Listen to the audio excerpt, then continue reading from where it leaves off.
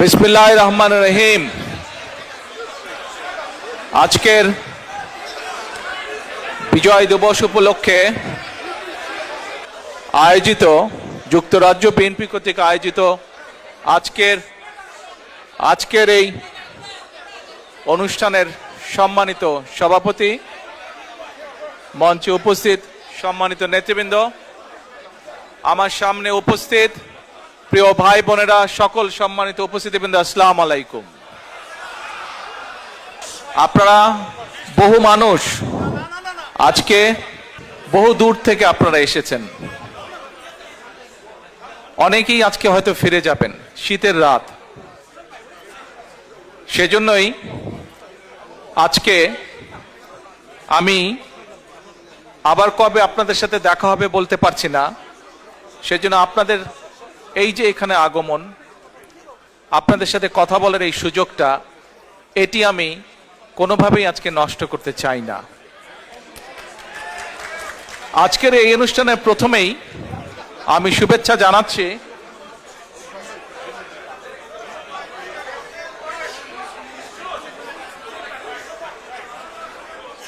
আজকের এই অনুষ্ঠানে আমি প্রথমেই আন্তরিকভাবে কৃতজ্ঞতা জানাচ্ছি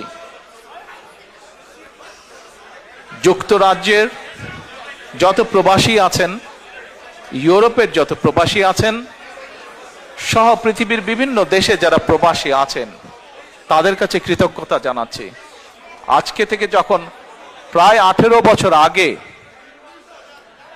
যখন এই দেশে আসতে বাধ্য হয়েছিলাম চিকিৎসার জন্য, তারপর থেকে বিভিন্ন সময় আপনাদের বহু মানুষ, প্রবাসীদের বহু ভাই বোনেরা আমার এবং আমার পরিবারকে বিভিন্ন সময় মানসিকভাবে সাহস জুগিয়েছেন, বিভিন্নভাবে পাশে দাঁড়িয়েছেন। আমি সেজন্যই সকল প্রবাসী ভাই বোনদের কাছে কৃতজ্ঞতা প্রকাশ করছি আমার এবং পরিবারের পক্ষ থেকে। আজকে মানুষটি আমাদের মাঝে নাই, একটি মানুষের কথা আমার খুব মনে পড়ছে, মরহুম কমরুদ্দিন সাহেবের কথা। এই মানুষটি, সে সময় আমি অসুস্থ ছিলাম, এবং এই মানুষটি যেভাবে তার সময়ের সবকিছু দিয়েছেন, সবকিছু দিয়ে আমাকে যেভাবে চিকিৎসার সাহায্য করেছিলেন, তার জন্য আমি তার এবং তার পরিবারকে কৃতজ্ঞতা জানাই। প্রিয় ভাই বোনেরা, আজকে আমাদের মহান বিজয় দিবস। এই বিজয় দিবসে প্রায় 55 বছর হয়ে গেল বাংলাদেশ স্বাধীন হয়েছে। 1971 সালে লক্ষ মানুষের আত্মত্যাগের বিনিময়ে, লক্ষ মা বোনের সম্মানের বিনিময়ে, বহু মানুষের পঙ্গুত্বের বিনিময়ে আমরা আমাদের এই প্রিয় মাতৃভূমি বাংলাদেশের স্বাধীনতা অর্জন করেছিলাম। প্রিয় ভাই বোনেরা, বাংলাদেশের মানুষ আজকে থেকে 55 বছর আগে যখন যুদ্ধে ঝাঁপিয়ে পড়েছিল, তাদের একটি প্রত্যাশা ছিল, আশা ছিল, আকাঙ্ক্ষা ছিল, কিভাবে তারা নিজের দেশটিকে গড়ে তুলবে। আপনারা যারা আজকে বিদেশে আছেন, প্রবাসে আছেন, বিশেষ করে বিভিন্ন উন্নত দেশগুলোতে আপনারা আছেন, সেই দেশগুলোতে যেহেতু আমরা এখানে ঘরে উপস্থিত সকলে আমরা ইউকেতে আছি, আমরা যখন পথে বেরোই ঘর থেকে, পথগুলো যখন পরিষ্কার, মোটামুটি ভাবে পরিষ্কার দেখি, আমরা যখন এখানে NHS এর হেলথ সুবিধা নিতে চাই, বা আমরা যখন অন্য অন্য সোশ্যাল সুবিধাগুলো পাই এই দেশের বৈধ নাগরিক যারা, তখন কিন্তু নিজের অজান্তেই আমরা চিন্তা করি যে আহা, আমাদের দেশটা যদি এমন হতো। আমরা চিন্তা করি না? প্রত্যেকটা মানুষ এখানে আমরা চিন্তা করি। আপনারা হয়তো পরিবারকে নিয়ে হলিডেতে যান, ইউকের ভিতরেও যারা যান, বিভিন্ন হলিডে স্পটে যখন আপনারা যান, সেই স্পটগুলোতে অনেক কিছু যে আছে তা না, কিন্তু তাদের যা আছে এমন সুন্দর করে তারা রাখে যে সেখানে মানুষ যায়, দেখে কি তাদের ইতিহাস, কি তাদের ঐতিহ্য, কি তাদের সামাজিক মূল্যবোধ, সেই জিনিসগুলো আমরা দেখি এবং আমরা আফসোস করি যে আমাদের দেশটি যদি এমন হতো।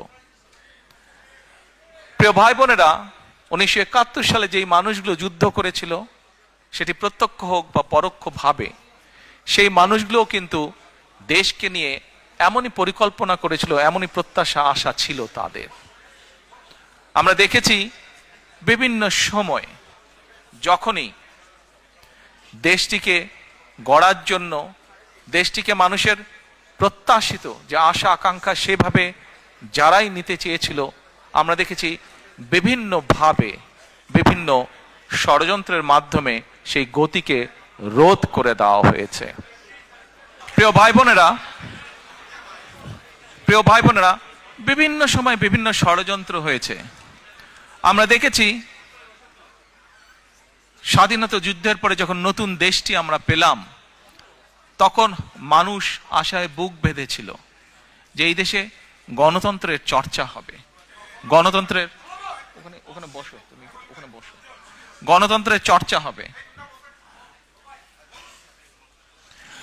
এবং গণতন্ত্রের চর্চার মাধ্যমে ধীরে ধীরে দেশ এবং জাতি এগিয়ে যাবে। হঠাৎ করে আমরা দেখেছি বাকশাল চলে আসলো। আমি এত ডিটেল স্টোরিতে যাব না, কম বেশি আপনাদের ধারণা আছে। গণতন্ত্রের, মানুষের অধিকার, ভোটের অধিকার সবকিছুকে টুটি চেপে ধরা হলো। পরবর্তীতে শহীদ রাষ্ট্রপতি জিয়াউর রহমান যখন দেশ পরিচালনার দায়িত্ব পেলেন জনগণের পক্ষ থেকে, আমরা দেখেছি আবার বহুদলীয় গণতন্ত্র চালু হলো দেশে। ধীরে ধীরে মানুষ কথা বলার অধিকার ফিরে পেল। সংবাদপত্রগুলো ধীরে ধীরে প্রকাশিত হতে লাগলো। সংবাদপত্রগুলো আস্তে আস্তে গঠনমূলক সমালোচনা শুরু করলো সরকারের। জনগণের প্রত্যাশা প্রতিফলিত হতে লাগলো সংবাদপত্রতে, বিভিন্ন আলোচনা অনুষ্ঠান, বিভিন্ন সেমিনারে। আমরা দেখলাম 1974 সালে যে দুর্ভিক্ষ হলো, শহীদ রাষ্ট্রপতি জিয়াউর রহমানের সময় দেখলাম দুর্ভিক্ষ অবস্থা থেকে কাটিয়ে দেশ একটা উৎপাদনমুখী রাজনীতি শুরু করলো। এখানে অনেক সিনিয়র মানুষ আছেন, অনেকেই হয়তো কম বেশি বই পড়ে জেনেছেন, বিভিন্ন ডকুমেন্ট থেকে জেনেছেন। শহীদ রাষ্ট্রপতি জিয়াউর রহমানের সময় খাদ্য উৎপাদন শুধু দ্বিগুণই হলো না, আমরা দেশ থেকে খাদ্য রফতানিও পর্যন্ত করে পেরেছিলাম। হতে পারে অল্প ছিল, কিন্তু করেছিল। বাংলাদেশের মতন একটি দেশ বিদেশে চাল পর্যন্ত রফতানি করেছিল, উদ্বৃত্ত চাল। প্রিয় ভাই বোনেরা, আমরা দেখেছি কিভাবে ধীরে ধীরে সেই সময় গড়ে উঠেছিল মিল, কলকারখানা, যেখানে উৎপাদিত হতে লাগলো বিভিন্ন দ্রব্য, যেখানে আস্তে আস্তে মানুষের কর্মসংস্থান ব্যবস্থা হতে লাগলো। তার ফলে ধীরে ধীরে মানুষের অর্থনৈতিক যে মেরুদণ্ড, সেই অর্থনৈতিক মেরুদণ্ড মজবুত হওয়া ধরলো। কিন্তু আমরা কি দেখলাম 1981 সালে? ষড়যন্ত্র বাংলাদেশের বিরুদ্ধে থেমে ছিল না। শহীদ রাষ্ট্রপতি জিয়াউর রহমানকে হত্যা করা হলো। হত্যা করার মাধ্যমে দেশের গণতন্ত্রের গতি, গণতন্ত্রের চর্চা, দেশে মানুষের অর্থনৈতিক ভাগ্য উন্নয়নের যে চাকা, সেটিকে স্তব্ধ করে দেওয়া হলো, বন্ধ করে দেওয়া হলো। তারপরে যুগ আপনারা দেখেছেন, সামরিক শাসনের পরে স্বৈরাচারী এক সরকার ছিল দেশে। গণতন্ত্রের নামে প্রহসন আমরা দেখেছি। 1991 সালে আবারও জনতার আন্দোলনের মুখে সেই স্বৈরাচারের পতন হলো। পরবর্তীতে নির্বাচনের মাধ্যমে বাংলাদেশ জাতীয়তাবাদী দল সাধারণ মানুষের সমর্থনে সরকার গঠন করলো। আমরা দেখেছি দেশনেত্রী খালেদা জিয়ার সরকার বাংলাদেশের মানুষের দ্বারা নির্বাচিত হবার পরে কিভাবে আবার ধীরে ধীরে ধীরে দেশকে গড়ে তুলতে সক্ষম হলো। আমরা দেখেছি সেই সময় কিভাবে দেশে আবারও শিল্প কারখানা স্থাপিত হলো।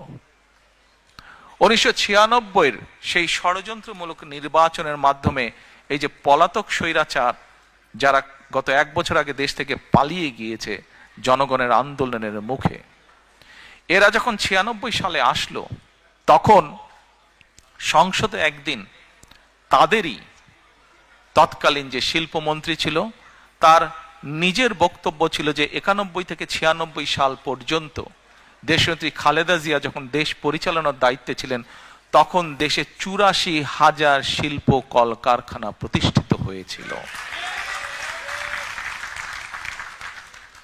প্রিয় ভাই বোনেরা, 84,000 কলকারখানা প্রতিষ্ঠিত হয়েছিল। এই সংখ্যাটা দিয়ে বোঝা যায় যে দেশে সেই সময় উন্নয়নের গতিধারা চালু হয়েছিল।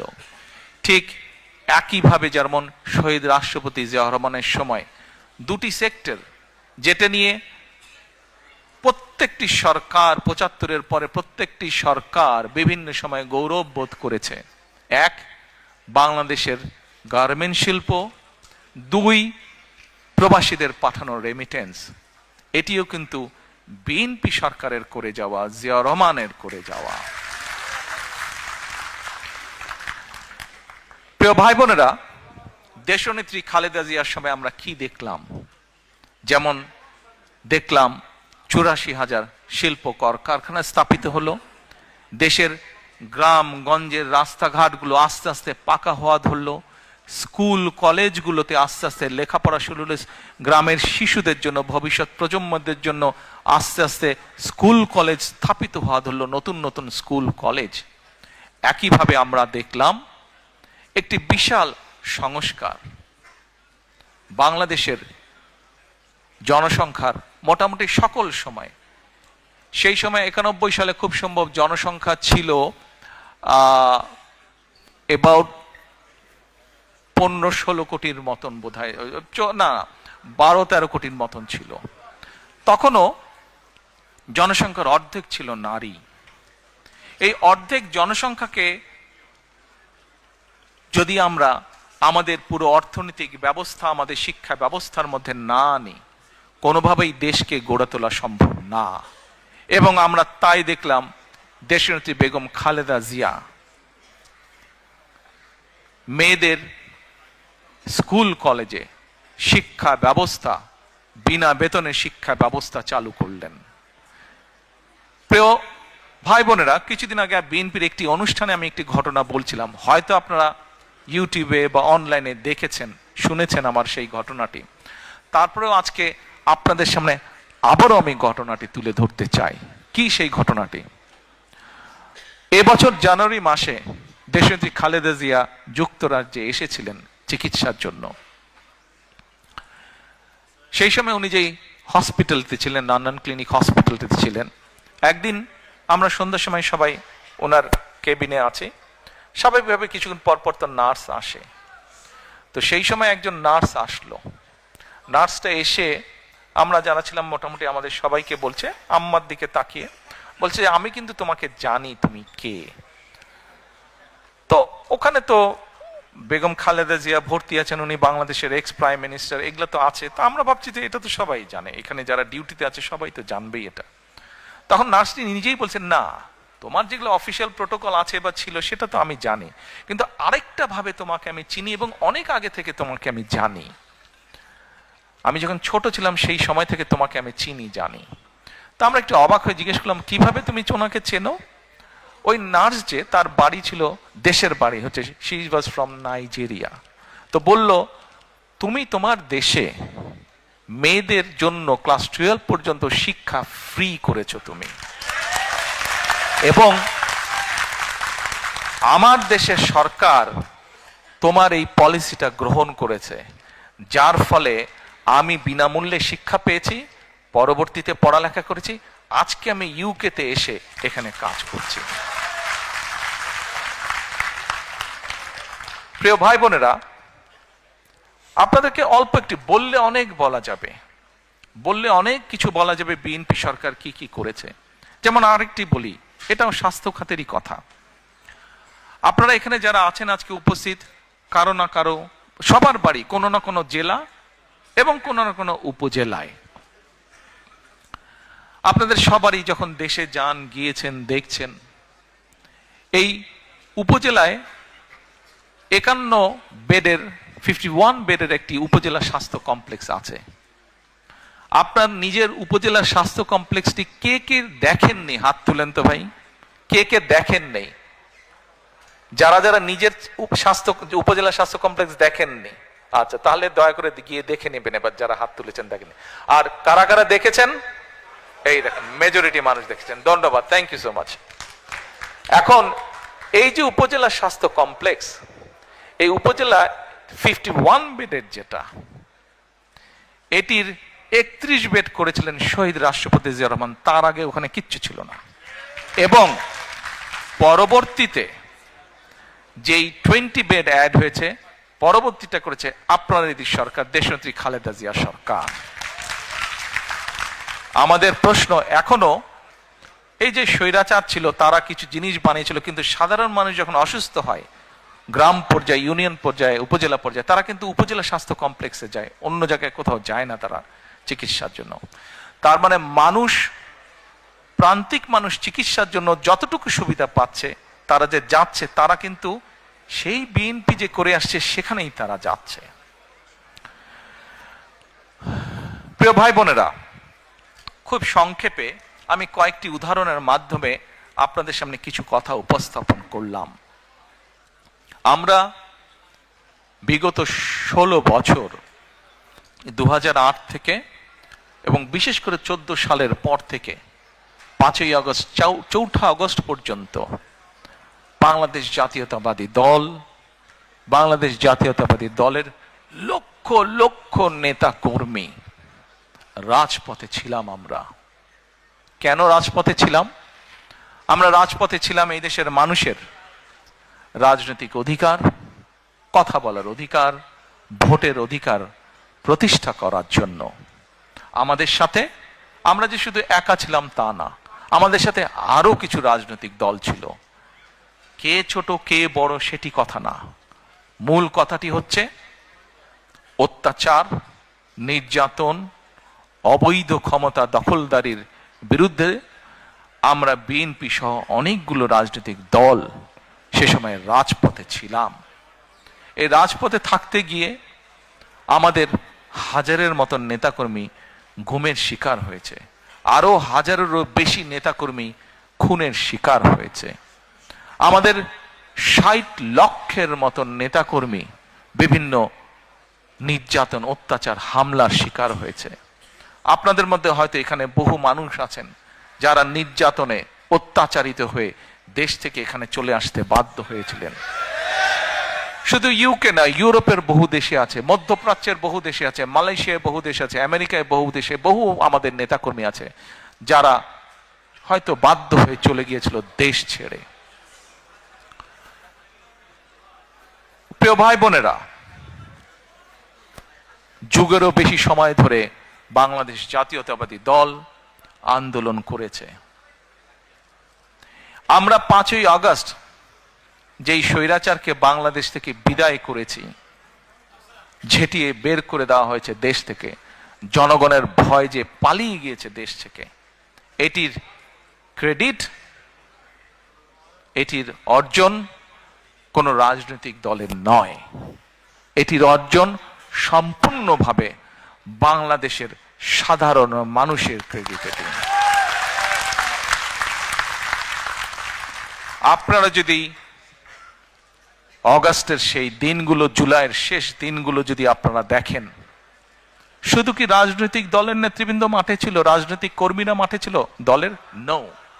সেদিন আমরা দেখেছি একজন রিক্সা চালক মাঠে, আমরা দেখেছি সিএনজি চালক মাঠে, আমরা দেখেছি ক্ষুদে ব্যবসায়ী মাঠে, আমরা দেখেছি স্কুল শিক্ষক মাঠে, আমরা দেখেছি ডাক্তার নার্স মাঠে, আমরা দেখেছি বিভিন্ন কলেজ, বিশ্ববিদ্যালয়ের, প্রাইভেট ইউনিভার্সিটি, স্কুল শিক্ষক, ছাত্র ছাত্রীরা মাঠে, আমরা দেখছি গৃহিণীরা পর্যন্ত রাজপথে, আমরা দেখেছি শিশুরা পর্যন্ত রাজপথে। প্রত্যেকটি মানুষের স্যাক্রিফাইস, প্রত্যেকটি মানুষের অবদান, প্রত্যেকটি মানুষের সাহসিকতার ফলেই সেই আন্দোলন সেদিন সফল হয়েছিল। প্রিয় ভাই বোনেরা, আন্দোলন ইনশাআল্লাহ আলহামদুলিল্লাহ সফল হয়েছে, কিন্তু আন্দোলন সফল হবার সফলতা হচ্ছে একটি অধ্যায়, একটি অধ্যায়। বিজয় করা অনেক সময় বিজয় করা যায়, কিন্তু বিজয়ের সফলতা ধরে রাখা আরো কঠিন। প্রিয় ভাই বোনেরা, যেই কথাটা দিয়ে শুরু করেছিলাম, একটি কথা বলেছিলাম শুরুর দিকে, আমরা যারা ইউকেতে থাকি যখন ঘর থেকে বের হই, এই দেশের অনেক কিছু দেখলে মনে হয় আহা, আমার দেশটা কেন এমন না।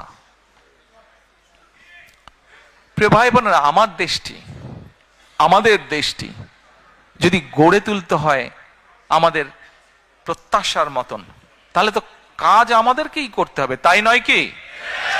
আমাদেরকেই তো, বাংলাদেশের মানুষকে যারা আমরা বাংলাদেশি, আমাদেরকে মিলেই তো কাজটি গড়ে তুলতে হবে, দেশকে গড়ে তুলতে হবে। প্রিয় সহকর্মীবৃন্দ, ষড়যন্ত্র চলছে। ষড়যন্ত্রকারীরা কিন্তু তাদের সেই ৭১-এ যারা ষড়যন্ত্র করেছিল, ৭৫-এ যারা ষড়যন্ত্র করেছিল, ৭ই নভেম্বরে পরাজিত হয়েছিল, ৮১-তে যারা ষড়যন্ত্র করেছিল, ৯৬-তে যারা ষড়যন্ত্র করেছিল, পরবর্তীতে যারা ষড়যন্ত্র করেছে, তাদের ষড়যন্ত্র কিন্তু থেমে নেই। এবং বাংলাদেশ জাতীয়তাবাদী দল একটি দায়িত্বশীল দল হিসাবে আমাদের এবং আমাদের প্রতিটি পর্যায়ের নেতাকর্মীর পবিত্র দায়িত্ব হচ্ছে বাংলাদেশের মানুষকে সাথে নিয়ে সচেতন করার মাধ্যমে সজাগ এবং সতর্ক থাকা এবং বাংলাদেশের মানুষকে সজাগ এবং সতর্ক রাখা এই ষড়যন্ত্রের বিরুদ্ধে। প্রিয় ভাই বোনেরা,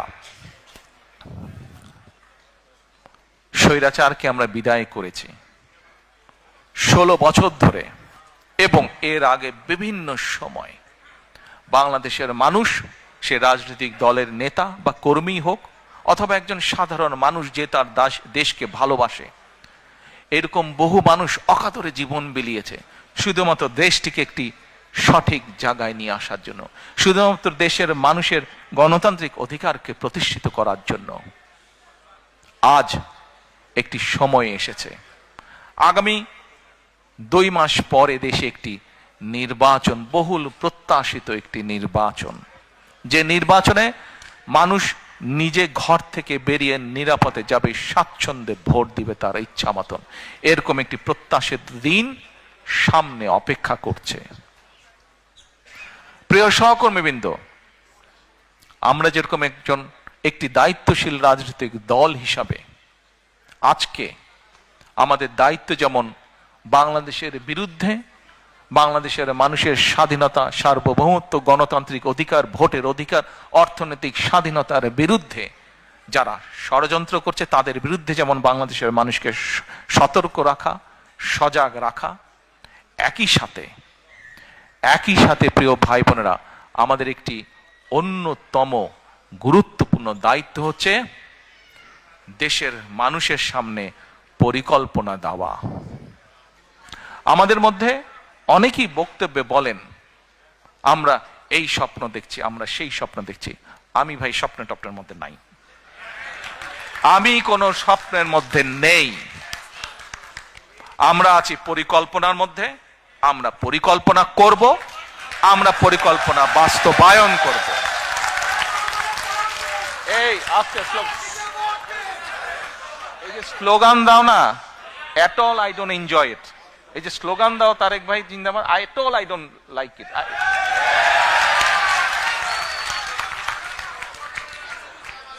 আচ্ছা, এখন আমরা কোন স্বপ্নের মধ্যে থাকতে চাই না। স্বপ্ন দেখতে দেখতে দেশ থেকে প্রতি বছর $16 বিলিয়ন পাচার হয়ে গিয়েছে।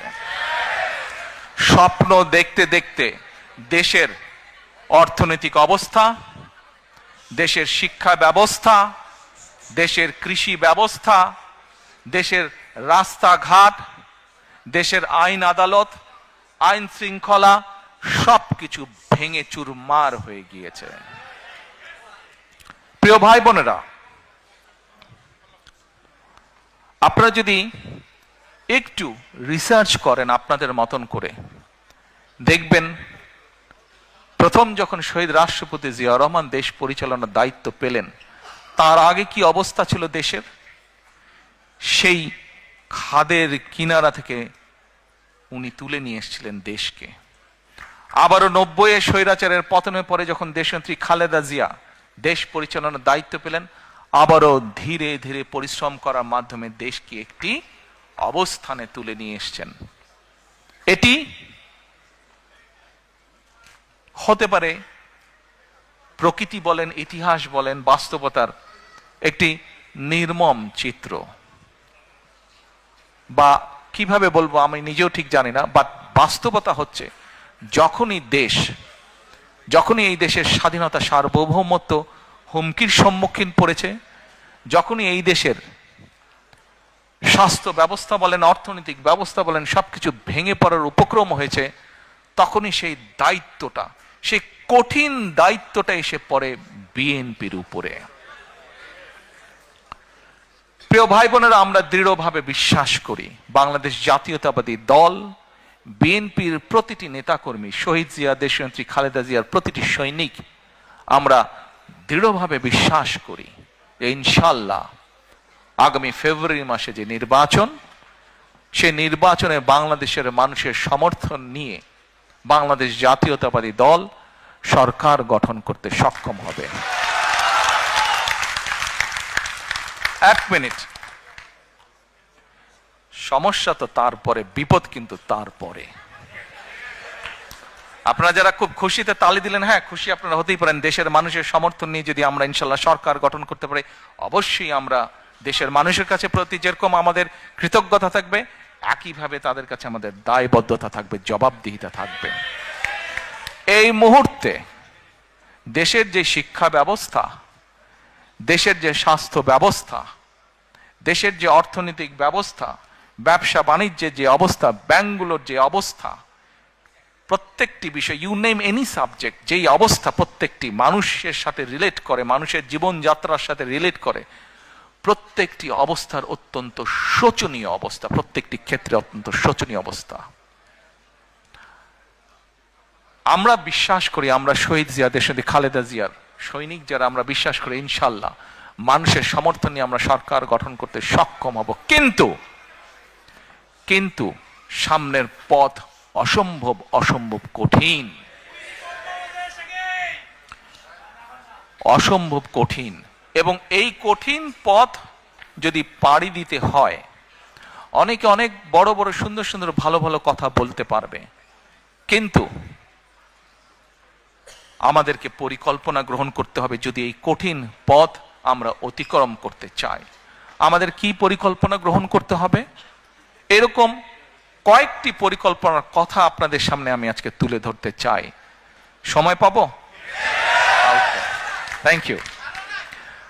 না সারা রাত না ভাই, আমারও সকালে কাম আছে, আপনাদেরও কাম আছে। এখন কয়েকটি আপনাদের সামনে আমি তুলে ধরবো। আপনাদের নিশ্চয়ই মনে আছে প্রিয় ভাই বোনেরা, আপনাদের নিশ্চয়ই মনে আছে আজকে থেকে যখন বাংলাদেশের ঘাড়ে ওই পলাতক পতিত স্বৈরাচার চেপে বসেছিল, ঠিক সেই সময় আপনাদের দল বিএনপি বাংলাদেশে আজকে থেকে প্রায় 2.5 বছর আগে, তখন কেউ জানতো না যে কবে, আমরা প্রত্যেকে দৃঢ়ভাবে আত্মবিশ্বাসী ছিলাম যে স্বৈরাচারকে পড়তে হবে, তাকে চলে যেতে হবে। কবে হয়তো এক্সাক্ট ডেট আমরা তখনও সেভাবে নির্ধারিত ছিল না।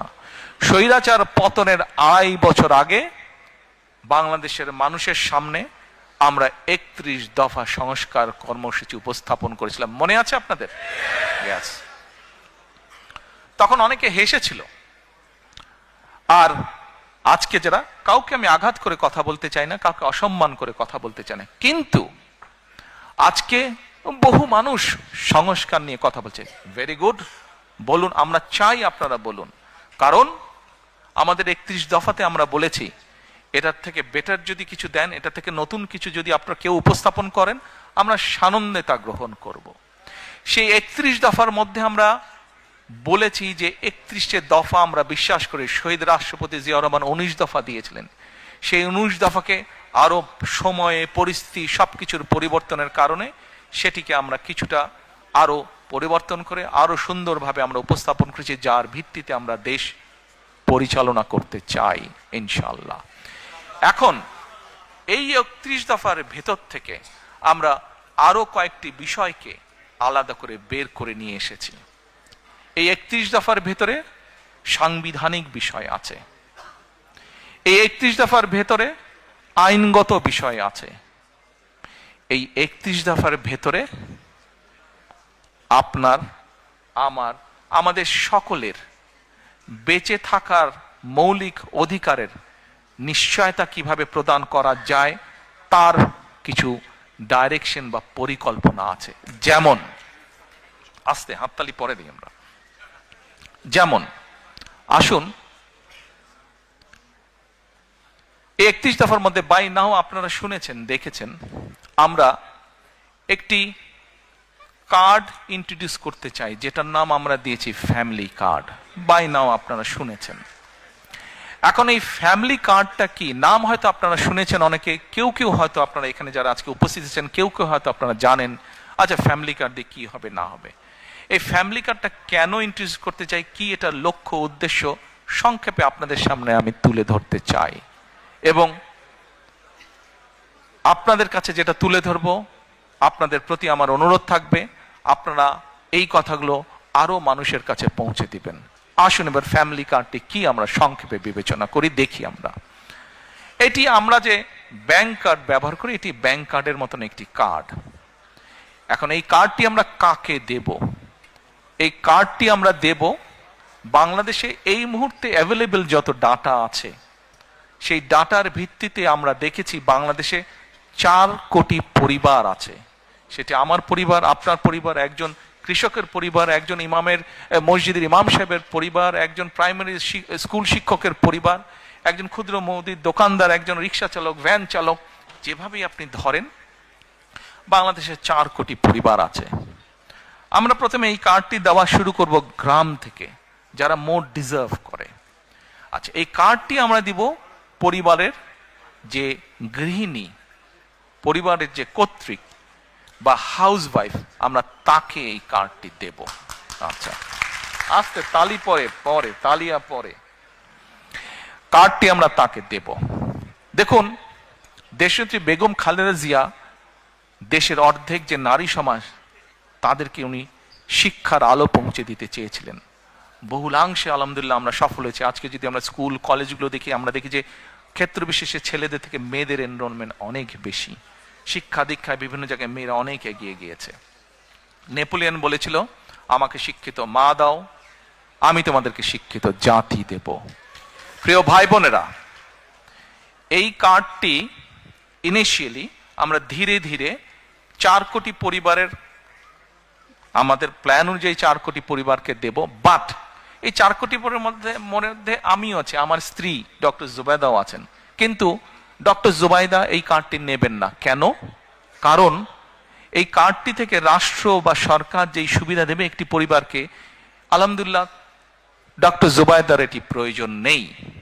এখানে আপনারা যারা আছেন, আপনাদের এখানে আমাদের বহু বোন উপস্থিত আছেন, তাদের কারোরই অর্থনৈতিক অবস্থা এমন না যে সেই কার্ডটি প্রয়োজন। এইভাবে বাংলাদেশের 4 কোটির মধ্যে আমরা মনে করি বহু পরিবার আছে যাদের প্রয়োজন নেই, কাজেই তারা এই সুবিধাটা নেবেন না। তার ফলে যেটা হবে, আমরা যারা সঠিক মানুষ, এটি কিন্তু আমরা জেনারেল রাখছি, আর কার্ডটা ইউনিভার্সাল রাখছি। বাংলাদেশে বিভিন্ন সামাজিক সোশ্যাল নেটওয়ার্ক যেগুলো ফ্যাসিলিটি আছে, যেগুলো বেনিফিটস আছে, বিভিন্ন ক্যাটাগরি থাকে, এবং আমরা রিসার্চ করে দেখেছি যে ক্যাটাগরি, এরকম বিভিন্ন ক্যাটাগরি থাকলেই কারাপশনের প্রবাবিলিটি বেড়ে যায়।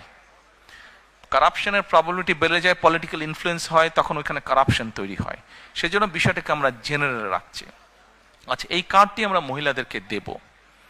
আমরা এর মধ্যে কতগুলো 10টা স্পট, সরকারের কিছু নিয়ম আছে, আপনি হুট করেই চালু করতে পারবেন না, পাইলট প্রজেক্ট করতে হয় সরকারকে। এই কার্ডটির মধ্যে আমরা 2টো উপায় রেখেছি।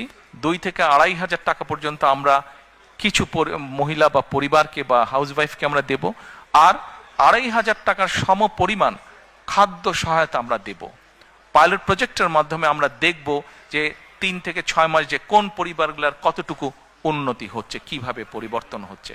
যেটা বেটার হবে, যদি ক্যাশে বেটার হয় আমরা ক্যাশ দেব, যে যদি খাদ্য সহায়তা দিয়ে বেটার হয় তাহলে আমরা খাদ্য সহায়তা দেব। আপনাদেরকে যে একটি ফ্যামিলি কার্ডের পরিকল্পনা বলুন বা গল্পই বলুন, যা বলছি ভালো লাগছে শুনতে? কন্টিনিউ করব? ওকে, ঠিক আছে। তা এখন এই কার্ডের আপনারা হয়তো কেউ জিজ্ঞেস করতে পারেন যে ভাই দলের লোকজন দিয়ে করলেন তাদের রিসার্চ আর কতটুকু কারেক্ট হবে। এখানেই ভুল। শুধুমাত্র দলের লোক দিয়ে আমরা রিসার্চ করিনি। এই সবের কাজে, এই ধরনের কাজে যারা এক্সপার্ট আছেন, এক্সপার্টিজ আছেন, যারা প্রফেশনালস আছে, এরকম একটা টিম দিয়ে আমরা এই কাজটি তৈরি করেছি। এবং এরই ভিতরে আমাদের কাছে যতটুকু Would you like to come here and speak? এবং এটার বাজেট কোথা থেকে কিভাবে আসবে সেটিও আমরা বাজেটের যে সকল কাগজপত্র পাবলিক ডকুমেন্ট হিসেবে উপস্থিত আছে সেখান থেকে আমরা সবকিছু বের করেছি কিভাবে আমরা এগুলা চালু করব। কাজে ওই প্রাইমারি কাজগুলো আমরা শেষ করেছি। এখন এটা লক্ষ্য বা উদ্দেশ্য কি, কেন আমরা করছি, আসেন আপনি চিন্তা করে দেখুন। একজন কৃষক বা একজন মসজিদের ইমাম সাহেব বা মুয়াজ্জিম সাহেব, তার পরিবারের হাতে যখন আপনি এই কার্ডটি দিবেন, প্রথম 6 মাস কিছু হবে না, প্রথম 2 বছরও কিছু হবে না, 3 বছরও কিছু হবে না, বাট 5 বছরের মাথায় গিয়ে কি কি পরিবর্তন হবে সেটা একটা চিত্র আপনাদের সামনে আমি তুলে ধরি, একটা পিকচার তুলে ধরি। সেই পিকচারটি কি? সেই পিকচারটি হচ্ছে রিসার্চ বলে। এখানে ভাইদের সংখ্যা বেশি, দয়া করে কেউ মাইন্ড করবেন না আমার উপরে। যে কথাটি আমি এখন বলতে চাচ্ছি দয়া করে কেউ মাইন্ড করবেন না আমার উপরে, বাট এটা আমার কথা না, এটা রিসার্চের কথা। রিসার্চ কি বলে, যখন পরিবারের স্ত্রীর হাতে আপনি একটা অর্থনৈতিক সহযোগিতা দিবেন, স্ত্রী তখন কি করে, এই সুবিধাটা সে তার সন্তানদের লেখাপড়া এবং স্বাস্থ্যের পিছনে প্রথমে সে খরচ করে। রিসার্চ বলে এই টাকাটা বা সহযোগিতাটা যদি বাবার হাতে যায়, বাবা ওই পাড়ার চায়ের দোকানে গিয়ে গল্প গুজব করে বন্ধু বান্ধবের টাকাটা উড়িয়ে দেয়। এটা আমার কথা না, এটা রিসার্চ কথা। ভাইরা আমার উপরে কিছু মাইন্ড করেন না আপনারা। আচ্ছা, তা এখন আমরা সেই জন্য মায়েদের হাতে এটা দিতে চাই। মা এই অর্থটা দিয়ে তার সন্তানদের স্বাস্থ্য যেরকম খেয়াল রাখতে পারবে, একই সাথে সে তার লেখাপড়া, বাচ্চাদের লেখাপড়ার দিকে মনোযোগ দিবে। তারপরে তার হাতে যখন খরচ বেঁচে যায়, এই খরচটা তখন কি করে, সে ছোট ছোট ইনভেস্ট করে যেখান থেকে তার পরিবারের এক্সট্রা ইনকাম আসবে।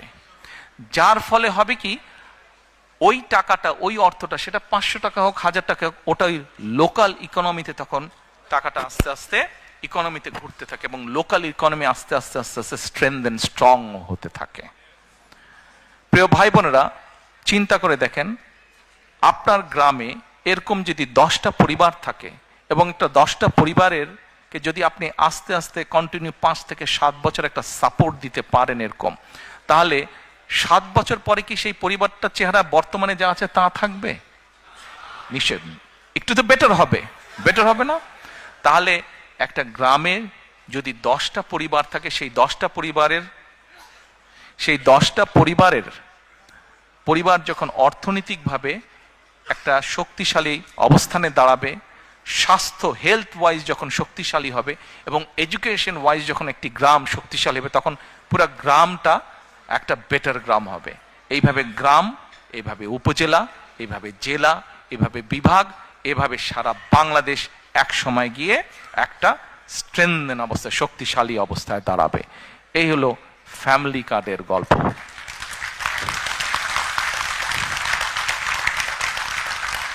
এই ফ্যামিলি কার্ড কিন্তু স্বপ্ন না, এটা হচ্ছে পরিকল্পনা, এবং ইনশাল্লাহ এই পরিকল্পনা আমরা বাস্তবায়ন করব।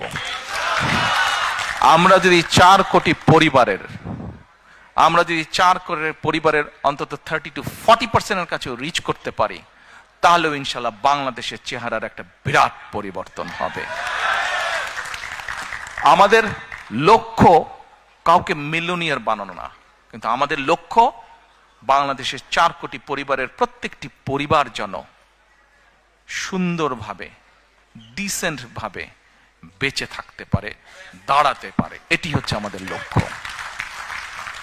এবার আসুন আরেকটি পরিকল্পনার কথা আপনাদেরকে বলি। কৃষক কার্ড, বাই নাও এর মধ্যে অনেকেই শুনেছেন, অনলাইনে বিভিন্নভাবে, ফেসবুকে বিভিন্নভাবে দেখেছেন। কৃষক কার্ড আমাদের কাছে যে অ্যাভেলেবল ডাটা আছে, সেই ডাটার মাধ্যমে আমরা দেখেছি বাংলাদেশে 1.5 কোটি সরাসরি কৃষক আছে। এখানে আপনারা অনেকেই আছেন, শুধু সিলেট নয়, সিলেট সহ বিভিন্ন ডিস্ট্রিক্টের, বেশ সিলেটের বাইরেও অধিকাংশ অবশ্যই সিলেট, বাট সিলেটের বাইরেও কিছু মানুষ আছেন, সিলেট হোক সিলেটের বাইরেই হোক। ভাই আমিও হাফ সিলেটি, কাজে বলে লাভ নাই।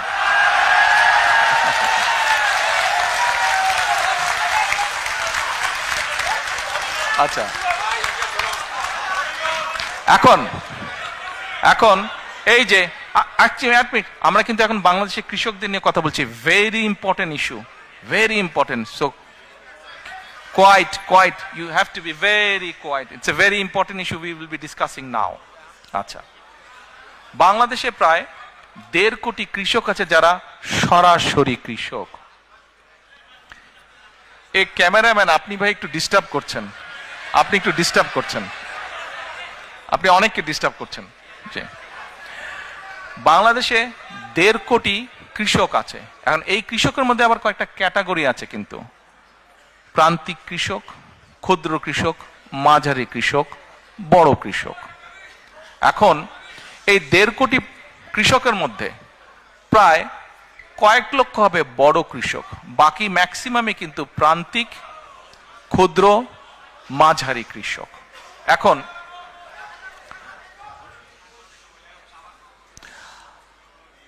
আপনাদের মধ্যেও অনেকেই কৃষক আছেন কিন্তু সরাসরি কৃষক না। হয়তো আপনার জমি আছে, আপনি কারো কাছে বর্গা দিয়ে দিয়েছেন, তাই না? মানে কাউকে দিয়ে দিয়েছেন, লিজ দিয়েছেন জমিটা, যে তুমি চাষবাস করো, ঠিক আছে, এন্ড অফ দ্য ইয়ার তুমি আমাকে এরকম একটা অ্যামাউন্ট দিও। অনেকেই আছেন এখানে। কিন্তু আমরা যেটা করতে চাইছি, এই কৃষক কার্ডটা হবে ব্যাংক কার্ডের মতনই, ওটাতে একটা চিপ থাকবে, এবং আমরা বাংলাদেশে যত কৃষি জমি যা আছে সবগুলোকে একটা সার্ভারের ভিতরে আমরা নিয়ে আসব।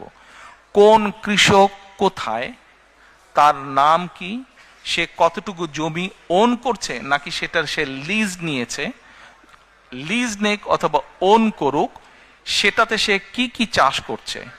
কোন জায়গায় বছরে 2টো ক্রপ হয়, কোন জায়গায় বছরে 3টে ক্রপ হয়, কোন জায়গায় 1টা ক্রপ হয়।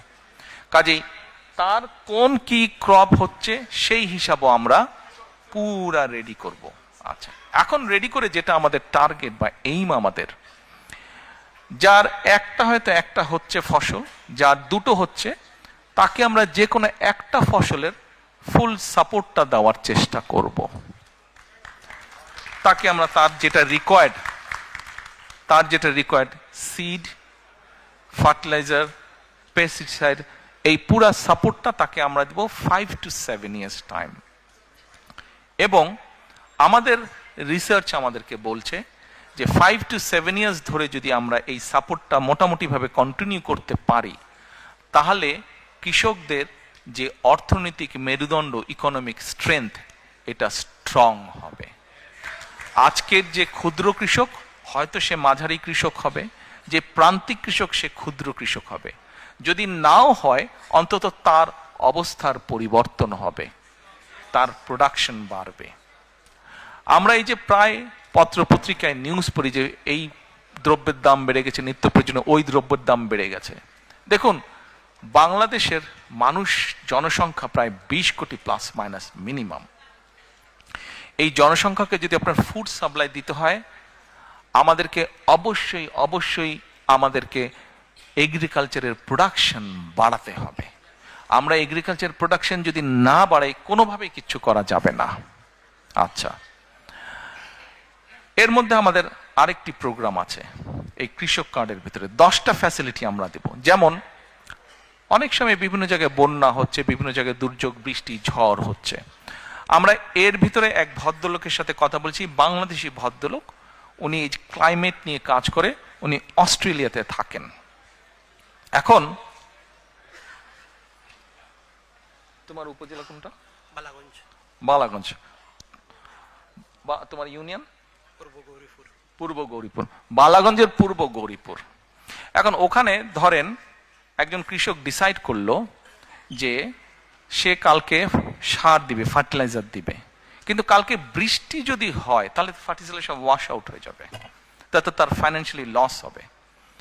আমরা যে জিনিসটা প্ল্যান করছি, যেহেতু আমরা পুরো সার্ভার ভিতরে পুরো একদম ম্যাপিং করে জোনিং করে আমরা নিয়ে আসব, এবং তাদেরকে আমরা স্মার্টফোনের মাধ্যমে সিস্টেম আমরা অ্যাপ দিয়ে দিব আস্তে আস্তে, একবারে we can do that, gradually we will do that. আমরা করব, সে তখন ওই সিস্টেমে সে নক করবে, সিস্টেমে নক করলে তখন বালাগঞ্জের ওই গৌরীপুর পূর্ব গৌরীপুর ওইখানে ওই কৃষক কিন্তু দেখতে পাবে যে কালকে বৃষ্টি হচ্ছে কি হচ্ছে না, হি উইল নো দ্যাট। আমরা এই ডিটেল পর্যন্ত আমরা কাজ করেছি। বাংলাদেশের মানুষ তাদের সমর্থন দিলে, আমরা ইনশাল্লাহ সরকার গঠনে সক্ষম হলে, gradually we will build this system. তার লোন বিভিন্ন, এখন লোন নিতে গেলে বিভিন্ন রকম সমস্যা হয় কৃষকদের। তার কাছে যে কোনো কার্ডটা থাকবে, সেই ব্যাংকে যাবে, দেওয়ার সাথে সাথে ডিটেল তার সবকিছু চলে আসবে, কত যদি আগের লোন থাকে, কি আছে না আছে সবকিছু তার চলে আসবে। অর্থাৎ ক্রেডিট স্কোর, এই দেশে সবাই পরিচিত ক্রেডিট স্কোরের সাথে, তার পুরো ক্রেডিট স্কোর চলে আসবে। আমরা এই কাজগুলো করেছি। দিস ইজ হাউ আমরা আমাদের এগ্রিকালচারকে প্ল্যান করছি। আপনারা হয়তো বলতে পারেন আমাদের অনেক জায়গায় অনেক ফসল হয়, কিন্তু কৃষকরা টাইম মতন বাজারে নিতে পারে না, বেচতে পারে না, কোল্ড স্টোরেজ নাই। ইয়েস, আমরা ওটার উপরেও কাজ করেছি। ওটার উপরে আমরা কাজ করি, বিভিন্ন জায়গায় কোল্ড চেইন কিভাবে এস্টাবলিশ করা যায়, সেটা বড়ই হোক অথবা পোর্টেবল কোল্ড স্টোরেজ বা কোল্ড চেইন হোক, কিভাবে করা যায় সেটার উপর আমাদের ওয়ার্ক প্ল্যান করা আছে। এবার আসুন, এখানে একটু আগে শরফু বক্তৃতা দিয়ে গেছে। শরফু বক্তৃতা দিয়েছে আরাফাত রহমান কোকো, একটা অর্গানাইজেশন আছে স্পোর্টসের, সেটা ও বেচারা, ও সহ শেখ সহ কয়েকজন মিলে অনেক বছর ধরে ওরা করছে। From our family we are very grateful to you, যারা তোমরা এটা করেছো, থ্যাংক ইউ। তো এখন ওর কথাটা নিয়ে আসলাম একটু আগে, ও যেহেতু ছিল ওই বিষয়টা নিয়ে, স্পোর্টস। দেখেন এখানে আপনারা যারা, আমরা যারা আছি, যাদের স্কুল গোয়িং বাচ্চা ছিল বা আছে, আমরা কিন্তু কি দেখি, স্কুলে যাচ্ছে বাচ্চারা লেখাপড়া করছে, কিন্তু একই সাথে এক্সট্রা ক্যারিকুলাম কিন্তু থাকছে। ডিবেট ক্লাবে যাচ্ছে, ম্যাথস ক্লাবে যাচ্ছে, বিভিন্ন স্পোর্টসে যাচ্ছে, বিভিন্ন কালচারে যাচ্ছে, হিস্ট্রি করছে, মিউজিক করছে, করছে না? আচ্ছা, ল্যাঙ্গুয়েজও করছে। কিন্তু আমাদের অনেকের পরিচিত বাচ্চা যাদেরকে চিনি আমি, ল্যাঙ্গুয়েজ করছে, কেউ স্প্যানিশ শিখছে, কেউ ফ্রেঞ্চ শিখছে, কেউ জার্মান শিখছে, আছে। আমরা এডুকেশনের মধ্যে, আচ্ছা এডুকেশনে চলে আসলাম, এডুকেশনটা বলে তারপরে স্পোর্টসটা বলছি। আমরা এডুকেশনের মধ্যে এই জিনিসগুলো আনতে চাচ্ছি, এডুকেশন মধ্যে আমরা এই জিনিসগুলো আনতে চাচ্ছি। আমরা প্রাইমারি এডুকেশনের উপরে জোর দিতে চাই সবচাইতে বেশি। প্রাইমারি এডুকেশনের উপরে একবারে আমরা পারবো না। সারা বাংলাদেশে প্রাইমারি স্কুলে প্রায় 3.5 লক্ষ 350,000-এর বেশি টিচার আছে, প্রাইমারি টিচার। এখন এই প্রাইমারি টিচারদেরকে আমাদের ট্রেনিং দিতে হবে। কেন ট্রেনিং দিতে হবে? Please don't take it personally, but normally একটা প্র্যাকটিস আছে বাংলাদেশে। What is the practice of getting an appointment as a primary school teacher? যে যেই ছেলে বা মেয়েটা কোথাও চাকরি বাকরি কিছু পাচ্ছে না, আচ্ছা যাও যাও, আমি হেডমাস্টারকে বলে দিচ্ছি ওই প্রাইমারি স্কুলে তুমি টিচার হও। এরকম একটা প্র্যাকটিস আছে, আছে না? অনেক জায়গায় হয় কিন্তু দেশে আছে। But we need to change this. এই ট্রেডিশনটা, এই কালচারটা we need to change. Because এই মাইকটা যদি ভালো না হতো, আমি যতই জোরে বলতাম আপনারা কিন্তু শুনতে পেতেন না। এই মাইকটা ভালো, এবং সেজন্য আমি আস্তে কথা বললে আপনারা শুনতে পাচ্ছেন। তার মানে আমাদের যে ফিউচার জেনারেশন, ছোট ছোট বাচ্চা যারা ফিউচারে যারা ডাক্তার হবে, ইঞ্জিনিয়ার হবে, পলিটিশিয়ান হবে, এই দেশ রান করবে যারা, এই বাচ্চাগুলোকে তো আমাদের প্রপার এডুকেশন দিতে হবে। শুধু ABCD সরে ও সরে আলিফ বেতে সে পড়লে হবে না, তো প্রপার এডুকেশন দিতে হবে। এডুকেশন কি? এডুকেশনের সাথে তাদেরকে সোশ্যাল ভ্যালুস পর্যন্ত শেখাতে হবে। এখন এই 3.5 লক্ষ টিচারকে কি ঢাকায় বছর বছর এনে ট্রেনিং দেওয়া is very costly, very costly. কিন্তু 3.5 লক্ষ, হোয়াট উই আর প্ল্যানিং, আমরা 1 ট্যাব 1 টিচারে যেতে চাচ্ছি। এই টিচারদেরকে আমরা আস্তে আস্তে আস্তে ডিজিটালাইজ সিস্টেমে, ডিজিটাল সিস্টেমের আন্ডারে আনবো এদেরকে। এদেরকে আমরা not iPad is very expensive, but অনেক কোম্পানি আছে সেম সব কিছু সাপোর্ট, সব কিছু ফ্যাসিলিটি থাকবে, কিন্তু এরকম তাদেরকে আমরা ট্যাবলয়েড দিব, ডিজিটাল ট্যাবলয়েড তাদেরকে দিব। ওটার মধ্যে দিয়ে আমরা তাদেরকে ট্রেনিং দিব। তাদেরকে যেই টিচারগুলো অলরেডি অ্যাপয়েন্ট হয়ে গেছে তাদেরকে তো আমরা বের করে দিতে পারবো না, তাদেরকে আমাদের ট্রেনিং দিয়ে তাদেরকে ইমপ্রুভ করতে হবে, বেটার করতে হবে, স্ট্যান্ডার্ডে আনতে হবে, যাতে ওই বাচ্চাগুলোকে তারা প্রপার এডুকেশন দিতে পারে।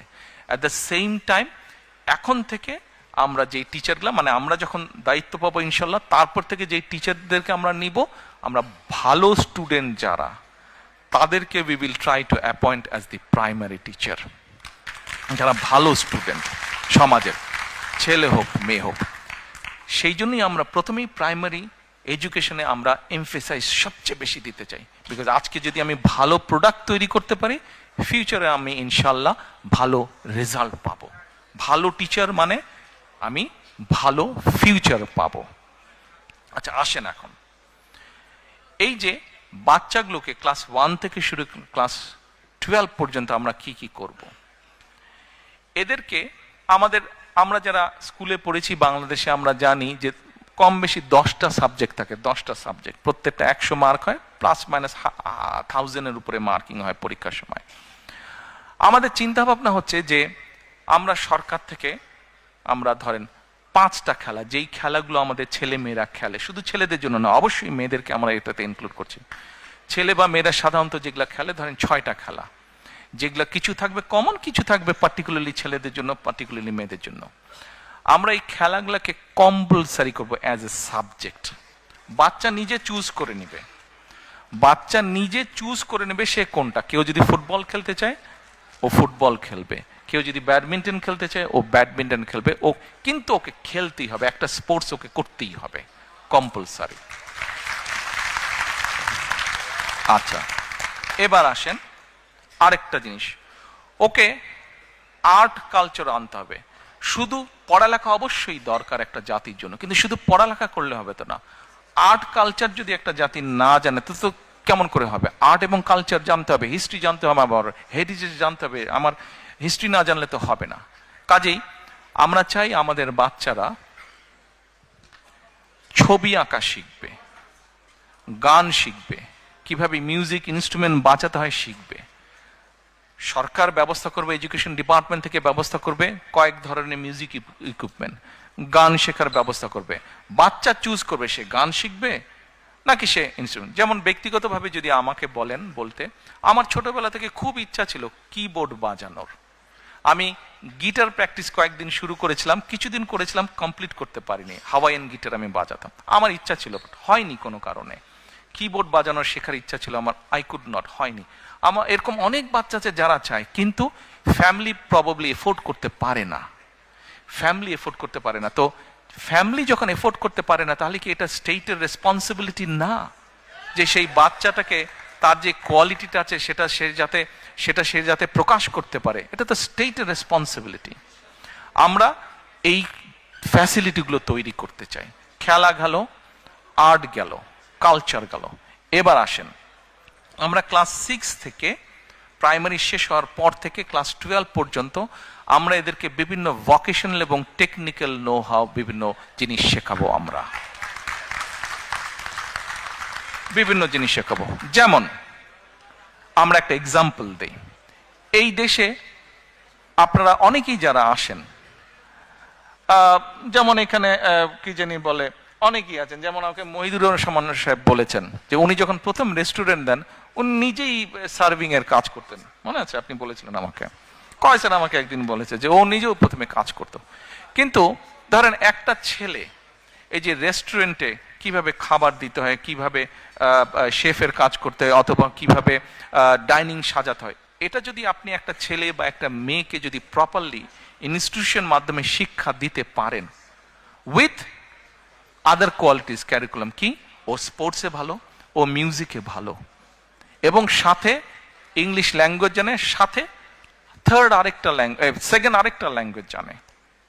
ইংলিশের বাইরে যদি আপনি বলেন সেকেন্ড আরেকটা ল্যাঙ্গুয়েজ জানে, তাহলে একটা বাচ্চা, একটা ছেলে বা মেয়ে ক্লাস 12 পর্যন্ত ও পড়ালেখায় মোটামুটি, বাট ইংলিশটা মোটামুটি সে ভালো পারে, সাথে জার্মান বা ফ্রেঞ্চ ভালো পারে, স্পোর্টস জানে, আর্ট জানে, ডিবেট করতে পারে, ভোকেশনাল ট্রেনিং অথবা স্পেশাল কোনো এরকম হোটেল ম্যানেজমেন্ট ট্রেনিং তার আছে, এখন বলেন তো এই বাচ্চাটাকে কে কোথায় আটকে রাখতে পারবে? ও যদি বিদেশে কোথাও যায় জবের কোনো প্রবলেম হবে? এতগুলা কোয়ালিটি যার মধ্যে আছে, জবের কোনো প্রবলেম হবে না। হ্যাঁ আপনি, হ্যাঁ বসেন, আসছি। আমরা ওকে বাচ্চাদেরকে কি কি শেখাবো? আমাকে যদি এই মুহূর্তে বলেন, অনেকের মধ্যে হয়তো ইটালিতে গিয়েছেন, ইউরোপের আরো অনেকগুলো দেশ। বাংলাদেশের পপুলেশন যদি আমরা ডায়নামিকটা দেখি, তাহলে আমরা দেখব কি ইয়াং জেনারেশনের সংখ্যা বেশি, এল্ডারলি জেনারেশনের সংখ্যা কম। কিন্তু আমরা ইউরোপের অনেক দেশে আমরা যদি যাই, আমরা দেখব যে এল্ডারলি জনসংখ্যা বেশি, ইয়াং জেনারেশন কম। ইভেন ইটালিতে গ্রামের পর গ্রাম খালি হয়ে যাচ্ছে, জাপানে গ্রামের পর গ্রাম খালি হয়ে যাচ্ছে, ইভেন চায়নাতে এই সমস্যা শুরু হয়েছে। এখন ধরেন একটা ছেলে বা মেয়ে ইটালিয়ান ল্যাঙ্গুয়েজ পারে, ইংলিশ তো পারেই, জাপানিজ ল্যাঙ্গুয়েজ পারে, তাহলে এই বাচ্চাটা যখন যাবে উইথ আদার কোয়ালিফিকেশন, ওকে কে আটকে রাখবে? আমরা সেই জন্য চিন্তা করেছি, আমরা যেই সাবজেক্টগুলো, ল্যাঙ্গুয়েজ কোর্সগুলো অ্যাড করব। ভালো লাগছে? কন্টিনিউ করব? আমরা তাদেরকে German, French, Japanese, Mandarin and Arabic, এই কয়টা। আচ্ছা, বলতে পারেন অ্যারাবিক কেন? বাংলাদেশে বছরে 8 থেকে 10 লক্ষ মানুষ বিদেশে যাচ্ছে। এই 8 থেকে 10 লক্ষের মতন প্রায় 7 লক্ষ মানুষ মিডল ইস্টে যাচ্ছে। কিন্তু আনফর্চুনেটলি এই 7 লক্ষ মানুষ খুব লো পে স্কেলের কাজ করছে। আমরা এটাকে একটা অর্গানাইজ ওয়েতে নিয়ে আসতে চাচ্ছি। যেই মানুষগুলো মিডল ইস্টে যাচ্ছে, তাদেরকে যদি আপনি মিডল ইস্টে যেই কাজগুলো হয়, যেই জবগুলো বেশি পাওয়া যায়, সেই রিলেটেড ট্রেনিংগুলো যদি তাদেরকে দিতে পারেন, সেই related training with the language আপনি যদি তাদেরকে রেডি করতে পারেন, তাহলে যে মাসে $100 বেতন পাচ্ছে, ইজিলি সে $500 বেতন পাবে। ভ্যালু অ্যাড হচ্ছে। যেমন নর্মালি আমরা জানি যে নোয়াখালী, চট্টগ্রাম এই দিকের লোকজন মিডল ইস্টে যাচ্ছে, কাজে আমরা একটা চিন্তা করি যে ওই জোনগুলোতে আমরা মিডল ইস্ট ওরিয়েন্টেড এবং অ্যারাবিক ল্যাঙ্গুয়েজের উপরে জোর দেব বেশি। আমরা জানি যে ফরিদপুর বেল্টের লোকজন মোস্টলি ইটালি এই দিকে থাকে, আমরা এই এলাকাগুলোতে ইটালিয়ান ল্যাঙ্গুয়েজ এবং এখানে যেই জব ওরিয়েন্ট আছে, জবগুলো পাওয়া যায়, সেগুলোর ব্যাপারে আমরা ভোকেশনাল বা ট্রেনিং ইনস্টিটিউটগুলো রেডি করব। ঠিক এইভাবে যেই জোনগুলোতে হয়, সিলেট তো সবগুলাই পারে, ঠিক ওভাবে আমরা জিনিসটাকে সাজাবো। এবার আসেন, মোটামুটি ভাবে এডুকেশনটা আপনাদের সামনে তুলে দিলাম। প্ল্যান, নো স্বপ্ন, অল দিজ আর প্ল্যানস। আচ্ছা, এবার আসেন স্পোর্টস। দেখুন, আমাদের কেন সবাইকে ডাক্তার, ইঞ্জিনিয়ার, আর্কিটেক্ট হতে হবে? আমাদের বাচ্চারা কি প্রফেশনাল স্পোর্টসম্যান হতে পারে না? এই যে লন্ডনে বিখ্যাত ফুটবল প্লেয়ার বেকহাম, সবাই পাগল হয়ে যাচ্ছে, প্রফেশনাল প্লেয়ার। দেখেন ও নাইটহুড পেয়েছে না? হ্যাঁ, হামজাকে দেখেন, তারপরে হ্যাঁ ওকে দেখেন, তারপরে তো এই যে প্রফেশনাল প্লেয়ার। আমাদের মেয়েরা দেখেন এশিয়ান ফুটবলে ভালো করছে, ছেলেরা ওয়ার্ল্ড ওয়াইড ক্রিকেটে ভালো করছে আমাদের। তাহলে আরো যে হাজার হাজার লক্ষ লক্ষ কোটি ছেলে মেয়ে আছে যারা উঠছে, কেন এদের মধ্যে থেকে প্রফেশনাল প্লেয়ার আমরা ক্রিয়েট করব না? আপনারা কি নতুন কুড়ি নামে একটা প্রোগ্রাম আছে ভাই, জানেন আপনারা? আচ্ছা, আমরা এই নতুন কুড়ি তো আছে, এটাকে আমরা যেমন আরো সুন্দর করে সাজাবো, একইভাবে নতুন কুড়ির মধ্যে আমরা নতুন করে স্পোর্ট আমরা চালু করব। এই স্পোর্ট চালু করার মাধ্যমে আমরা দেশের ভিতরে বিভিন্ন টাইপের খেলোয়াড় যারা আছে তাদেরকে আমরা বের করে নিয়ে আসব। এবার আসেন, স্পোর্ট গেল, অর্থাৎ স্পোর্টকে আমরা প্রফেশনাল স্পোর্টসম্যান তৈরি করতে চাই দেশে, আমাদের জেনারেশনের ভিতর থেকে। এবার আসেন হেলথ নিয়ে কথা বলি। আমরা এখানে NHS এর সুবিধা সবাই আমরা পাই, আর যারা এফোর্ড করতে পারি তারা আমরা প্রাইভেটে যাই, প্রাইভেট জিপি, প্রাইভেট কনসালটেন্টের কাছে যাই, কিন্তু সেটার সংখ্যা কিন্তু খুব কম। বাংলাদেশে চিন্তা করে দেখেন, 20 কোটি মানুষ, এই 20 কোটি মানুষকে আপনি কিভাবে হেলথ ফ্যাসিলিটি দিবেন? কিভাবে তাকে বেসিক হেলথ ফ্যাসিলিটি দিবেন, এটা কি আমরা কখনো চিন্তা করেছি? 20 কোটি মানুষকে কিন্তু প্রত্যেককে এইভাবে হেলথ ফ্যাসিলিটি দেওয়া কিন্তু ভেরি এক্সপেন্সিভ এবং ভেরি ডিফিকাল্ট ব্যাপার, নিয়ার টু ইম্পসিবল। তো এখন ইউরোপে কিন্তু একটা কাজ এরা শুরু করেছে, প্রিভেনশন। নিশ্চয়ই বাই নাও আপনারা অনেকেই পরিচিত প্রিভেনশন। আমাদেরকে এই প্রিভেনশনে যেতে হবে। আমরা যদি গ্রামের দিকে যাই, জেলা উপজেলায় যাই, আমরা তাহলে কি দেখি? ম্যাক্সিমাম রোগী কি কার্ডিয়াক পেশেন্ট, অর্থাৎ হার্টের রোগী, কিডনি ডায়ালিসিস, তারপরে আপনার ডায়াবেটিক পেশেন্ট, এই তিনটা কিন্তু খুব দেখা যায়। আমরা চিন্তা করেছি কেন এই জিনিসটা চিন্তা করলাম, প্রিভেনশনের উপরে আরো বেশি চিন্তা করলাম কেন? একটা এক্সাম্পল দেই। ধরেন সিলেট মেডিকেল কলেজ, এটা তো সিলেট শহরে, তাই না? মেডিকেল কলেজ, এই মেডিকেল কলেজ কত বেডের?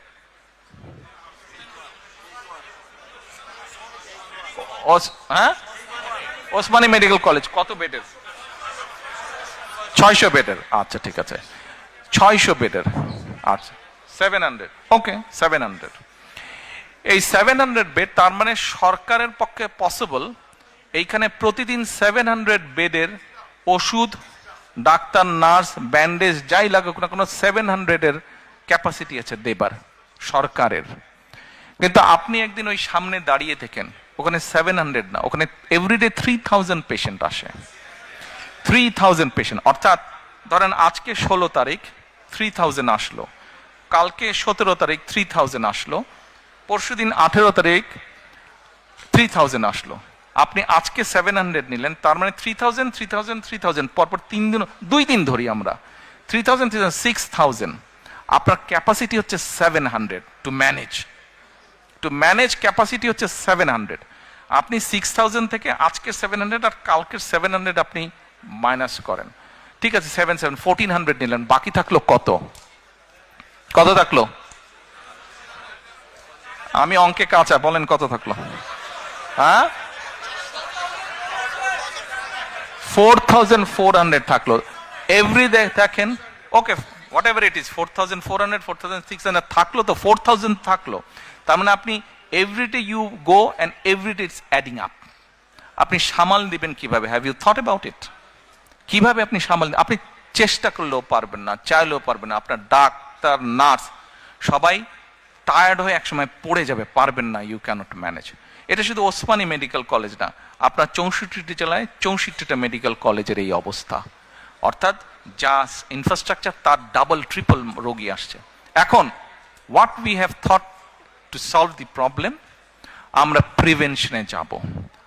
আমরা গ্র্যাজুয়ালি বাংলাদেশে অ্যাবাউট 100,000 হেলথ কেয়ারার আমরা অ্যাপয়েন্ট করব। 100,000 আস্তে আস্তে আস্তে আস্তে। এই 100,000 যে হেলথ কেয়ারার আমরা অ্যাপয়েন্ট করব গ্র্যাজুয়ালি, এদেরকে আমরা ট্রেনিং দিব। এখানে যেরকম জিপিদের ট্রেনিং হয়, অত বড় ট্রেনিং না, কিন্তু বেসিক কতগুলো আমরা ট্রেনিং দিব।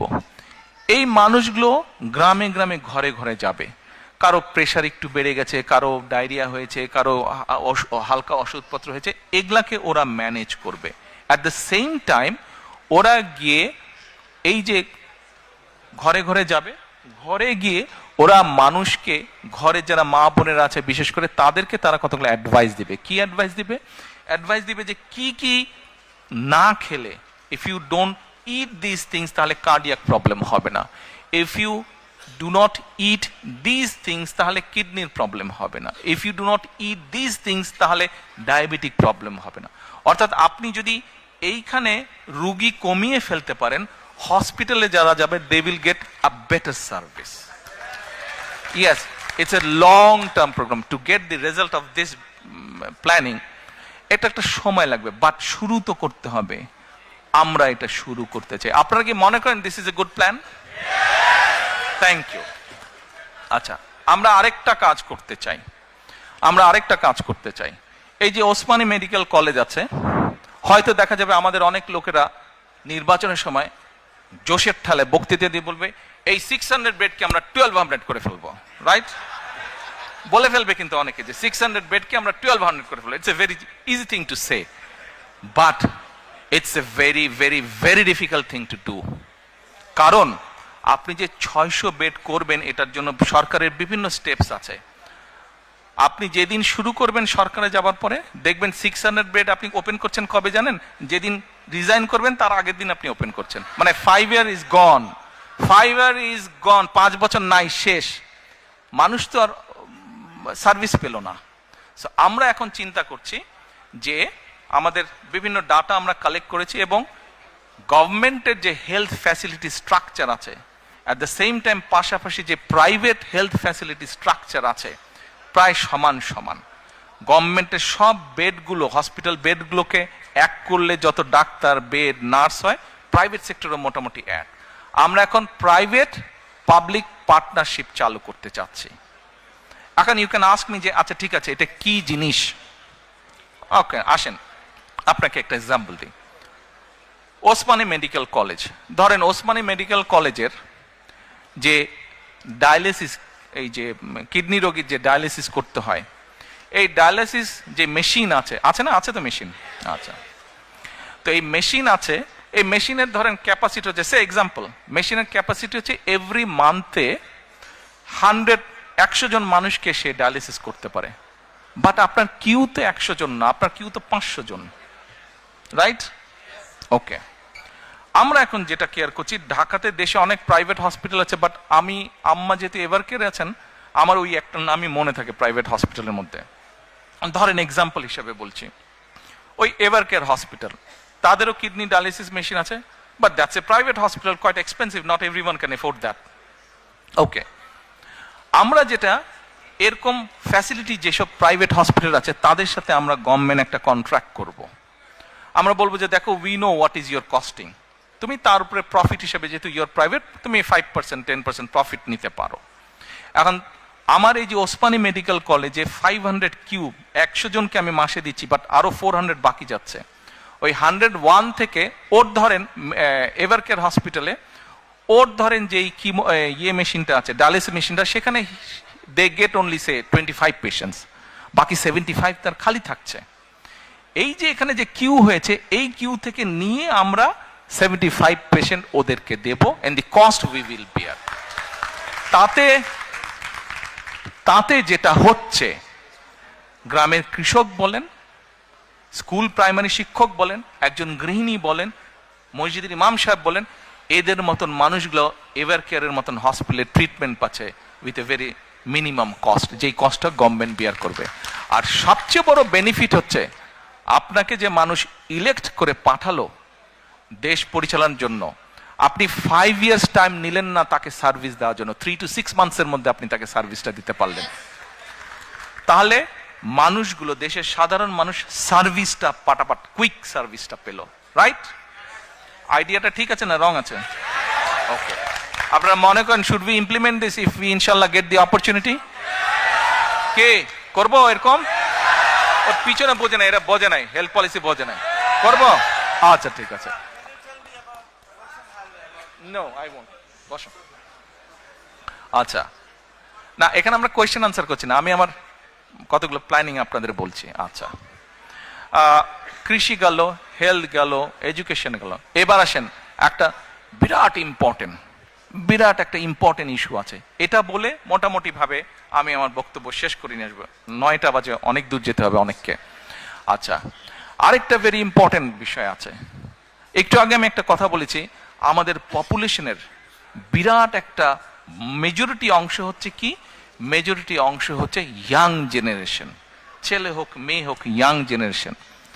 এখন আপনি যত গার্মেন্টস করেন, কত গার্মেন্টস করবেন, আপনি কত মিল ফ্যাক্টরি করবেন, সবাইকে তো এখানে চাকরি দিতে পারবেন না, and not everyone is interested to get job in those places, তাই না? মানুষের বিভিন্ন কোয়ালিটি আছে।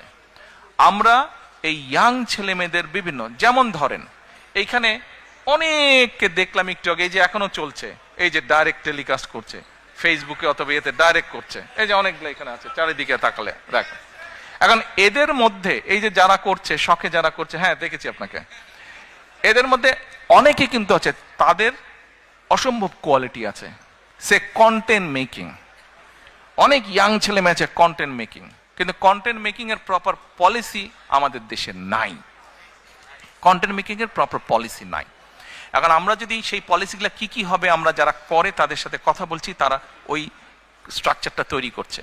অ্যাট দ্য সেম টাইম এই কন্টেন্টটা সে হয়তো এখন ছেড়ে দিচ্ছে যখন অনলাইনে হয়তো $50 পাচ্ছে, সে 20 পাউন্ড সে পাচ্ছে, কিন্তু সেই 20 পাউন্ডটা আবার বিভিন্ন যে ইন্টারন্যাশনাল যেটা ফাইন্যান্স ট্রান্সফারের যে মিডিয়া সেটাও নাই, ফলে সে ডাইরেক্ট পাচ্ছে না। তার হয়তো বন্ধু বান্ধব লন্ডনে আছে, সে তার অ্যাকাউন্টে দিচ্ছে, ওখান থেকে আবার তাকে দেশে দিচ্ছে, এটাই হচ্ছে কিন্তু ফ্যাক্ট।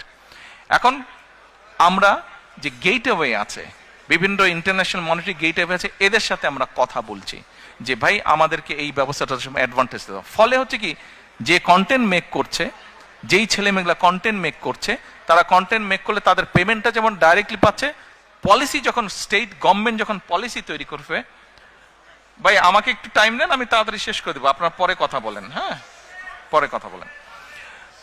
তখন হবে কি, তার ইনকামটা বেড়ে যাবে। তারপরে আসেন, আমাদের অনেক ইয়াং ছেলে মেয়ে আছে, তাদেরকে আমরা যেটাকে ডাটা বলি বাংলাদেশি খুব সেটাকে এমবি বলে, ডাটাটাকে। ডাটা ইজ কোয়াইট এক্সপেন্সিভ বাংলাদেশে, কিন্তু আমাদের অনেক ছেলে মেয়ে আছে, ধরেন তারা অনলাইনে ইয়ে করে, আপনার বিভিন্ন বিজনেস করে, ধরেন এই যে ইবের মতন বিজনেস করে। তো এখন এই ছেলেমেয়েগুলা, এদের দুটো সমস্যা আছে মেজরিটির, তাদের প্রপার ওয়ার্ক স্পেস নাই। হয়তো যেই মেসে থাকে বা হলে থাকে, ও স্টুডেন্ট হলে থাকে, সেখানেই বসে হয়তো সে কাজ করছে। এই স্বৈরাচারের সময় মেগা প্রজেক্টের নামে অনেক সায়েন্স পার্ক না কি কি জানি তৈরি করেছে, কিন্তু আপনারা যদি যান প্রায় 34-35টার মতন তৈরি করেছে বিভিন্ন ডিস্ট্রিক্টে। কিন্তু আপনারা যদি যান দেখবেন যে ম্যাক্সিমামগুলা ভূতের বাসা হয়ে আছে, ঘোস্ট হাউস হয়ে আছে, আর কতগুলা মোটামুটি কিছু লোক নিয়ে ওখানে কমিউনিটি সেন্টার করে বিয়ে শাদীর অনুষ্ঠান হচ্ছে। আমরা চাচ্ছি এগুলাকে কনভার্ট করতে, করে এইসব জায়গায় আমরা ফ্রি ওয়াইফাইয়ের ব্যবস্থা করব, এবং ওই যে ছেলেমেয়েরা যারা কাজ করছে, এদেরকে ধরেন 2 বন্ধু মিলে কাজ করছে, 3 বন্ধু মিলে কাজ করছে, বা একজন কাজ করছে, ওদেরকে আমরা ওখানে ছোট ছোট ওয়ার্ক স্পেস দিব। ফলে ও ওর নিজের কোম্পানি তৈরি করবে, ও অনলাইনে সেটা ডাটা প্রসেসিং হতে পারে, সেটা ডিজাইনিং এর কাজ হতে পারে, সেটা কন্টেন্ট মেকিং হতে পারে, সেটা অনেক ধরনের কাজ হতে পারে। এই স্পেসগুলো আমরা তাদের জন্য তৈরি করব। এর বাইরে আমরা আরেকটা প্ল্যানিং করেছি, ওই যে বললাম ডাটা অনেক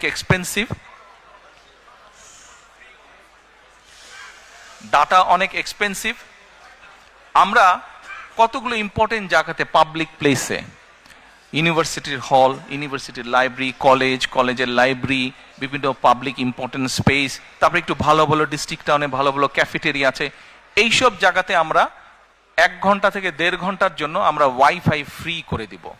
আপনারা যখন ওয়েস্টফিল্ডে যখন যান, ওয়েস্টফিল্ডে গিয়েই কিন্তু অনেকে কি করে, তাড়াতাড়ি ওয়েস্টফিল্ডের ওয়াইফাই সাথে কানেক্ট করে নেন আপনারা, কিন্তু ওখানে একটা সিস্টেম আছে, আপনাকে ইমেল অ্যাড্রেস দিতে হবে, নাম দিতে হবে, কতগুলো ফর্মালিটিস আছে, এই ফর্মালিটিসগুলো ওখানেও থাকবে সাথে। এখন কোনো কিছুতে নাথিং ইজ ফ্রি, তাই না? Nothing is free. এখন ওই যে ওখানে যে ইন্টারনেটটা সার্ভিস হবে, ওখানে যে থাকবে, ওটা তো একটা খরচ আছে। খরচটা কিভাবে হবে? আমরা বিভিন্ন বিজনেস হাউসের সাথে কথা বলবো, যারা বিভিন্ন রকম প্রোডাক্ট বানায়, কমোডিটি প্রোডাক্ট, তাদেরকে বলবো যে ভাই তোমরা এটাতে অ্যাড দিবা কিনা। অ্যাড দিবে, কাজেই যে লগ ইন করবে তাকে হয়তো 1 মিনিটের জন্য একটা অ্যাড দেখতে হবে। অ্যাডটা হয়ে গেল, তারপরে he or she can start doing their jobs. এর বাইরে বিভিন্ন রকম ভোকেশনাল ইনস্টিটিউট, বিভিন্ন রকম টেকনিক্যাল ইনস্টিটিউট, যেমন আমাদের দেশে আপনি যদি যান, ব্লাড নিবে এরকম টেকনিশিয়ানের অভাব আছে। এই যে আমরা প্রায় শুনি যে ফিলিপাইন থেকে নার্স যাচ্ছে, কেরালা থেকে নার্স যাচ্ছে, তা আমাদের মেয়েরা, আমাদের ছেলেরা কেন পারবে না? কিন্তু প্রপার ইনস্টিটিউশনগুলো এখনো গড়ে ওঠে নাই। আমরা এই টাইপের ইনস্টিটিউশনগুলো আমরা আস্তে আস্তে গড়ে তুলতে চাই। এইভাবে আমরা জব ক্রিয়েট করতে চাই, এইভাবে জব ক্রিয়েট, যাতে করে আমাদের ভবিষ্যৎ ছেলেমেয়েরা একটা ডিগনিফাইড লাইফ নিয়ে ডিসেন্ট ভাবে যাতে তারা বেঁচে থাকতে পারে। প্রিয় ভাই বোনেরা, আপনাদের সামনে সংক্ষেপে আমি আমার কতগুলা পরিকল্পনা তুলে ধরলাম। আজকে বিজয় দিবসের আলোচনা,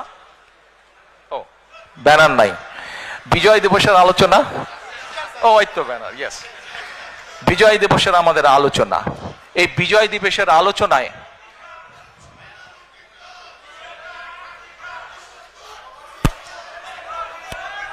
এক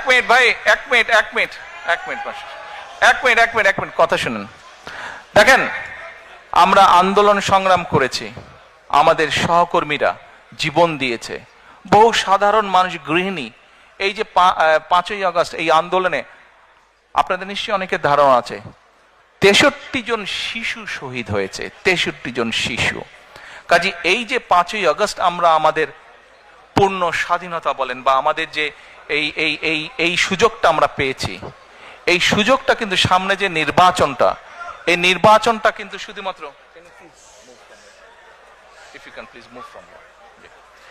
এই সুযোগটা, এই যে নির্বাচনের সুযোগটা, এটা কিন্তু কোনো এক্সপেরিমেন্ট অথবা এক্সপেরিয়েন্সের সুযোগ না। কিন্তু আগামী যে সময়টা আসছে, এটা কিন্তু একটা পরিবর্তনের সুযোগ। আমরা যদি এইবার দেশটাকে পরিবর্তন করতে পারি তাহলে আমরা এগিয়ে যাব।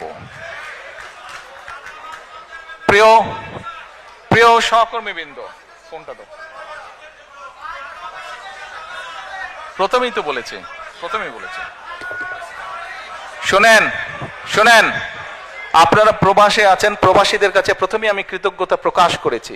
আমাদের যে স্বৈরাচারের বিরুদ্ধে আন্দোলন, এই আন্দোলনে প্রবাস থেকে বহু প্রবাসী বিভিন্নভাবে সহযোগিতা করেছেন। এই আন্দোলন সফলতার পিছনে প্রবাসীদের একটি বিশাল ভূমিকা রয়েছে। কাজেই প্রবাসীদের অবদানকে কোনোভাবে আমরা খাটো করে দেখতে পারি না। কিন্তু আপনাদের সামনে আমি যেই পরিকল্পনাগুলো তুলে ধরেছি, আমাদেরকে আগে কাজ শুরু করতে হবে। আমরা যদি কাজ শুরু করতে না পারি এবং আমরা যদি সকলের দাবি উপস্থাপন করতে থাকি, তাহলে কিন্তু একটা ইনডিসিপ্লিন তৈরি হবে, ফলে আমরা কিন্তু আমাদের কাঙ্ক্ষিত লক্ষ্যে পৌঁছতে পারবো না। এই মুহূর্তে একটু আগে যেই কথাটি আমি বলেছি, প্রিয় ভাই বোনেরা, সেই কথাটি হচ্ছে যে এই আগামী নির্বাচন কিন্তু কোনো এক্সপেরিয়েন্সের বিষয় না, এক্সপেরিমেন্টের বিষয় না। এই সুযোগটা আমাদের কাজে লাগাতে হবে, এইটিকে সদ্ব্যবহার করতে হবে। আপনাদের সকলকে, প্রবাসীরা যেরকম আন্দোলনকে গড়ে তুলেছেন বিভিন্ন সাহায্য সহযোগিতার মাধ্যমে, একইভাবে প্রবাসীদের সামনে এখন বিশাল দায়িত্ব হচ্ছে যে সঠিক দলকে নির্বাচিত করতে সহযোগিতা করা।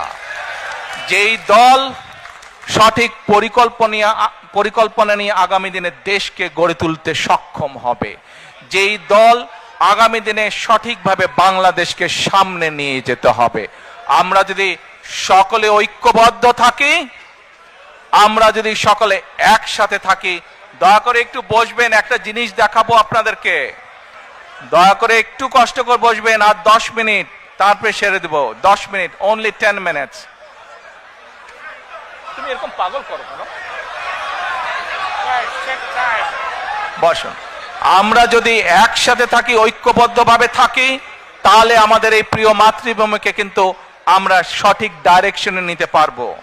প্রিয় ভাই বোনেরা, আপনারা দেখেছেন, আমি কিন্তু 1 বছর আগে বলেছিলাম,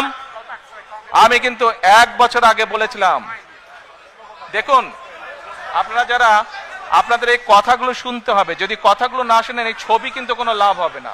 দয়া করে কথাগুলো শুনুন, কথাগুলো না শুনলে কিন্তু লাভ হবে না। আমি 1 বছর আগে আপনাদেরকে বলেছিলাম যে সামনে কিন্তু আমাদের কঠিন সময়, ষড়যন্ত্র থেমে নেই এবং এই নির্বাচনও কিন্তু খুব সহজ নয়। আপনারা অনেকেই কিন্তু ব্যাপারটা এখন বুঝতে পারছেন।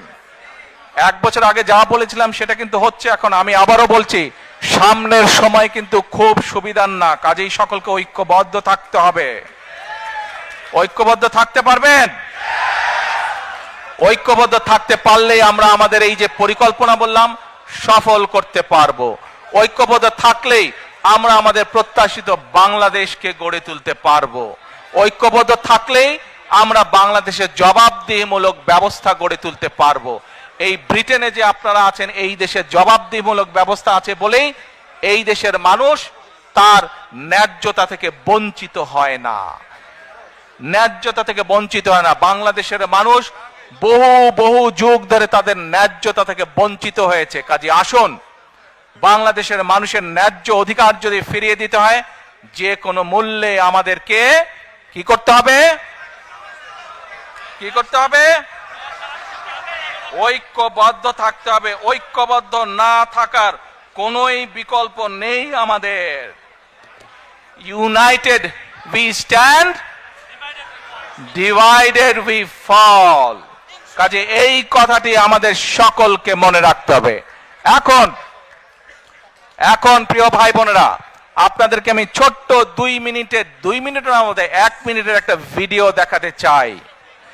কে কে ভিডিওটা দেখতে চান না হাত তুলেন। কারা দেখতে চান না, কারা দেখতে চান না হাত তুলেন। আর কারা দেখতে চান, ধন্যবাদ। কিন্তু দেখতে হলে একদম কোয়াইট হতে হবে, একদম কোয়াইট হতে হবে দেখতে হলে। এ ভাই অন মাই রাইট সাইড, আপনারা বসেন, দয়া করে আপনারা বসেন।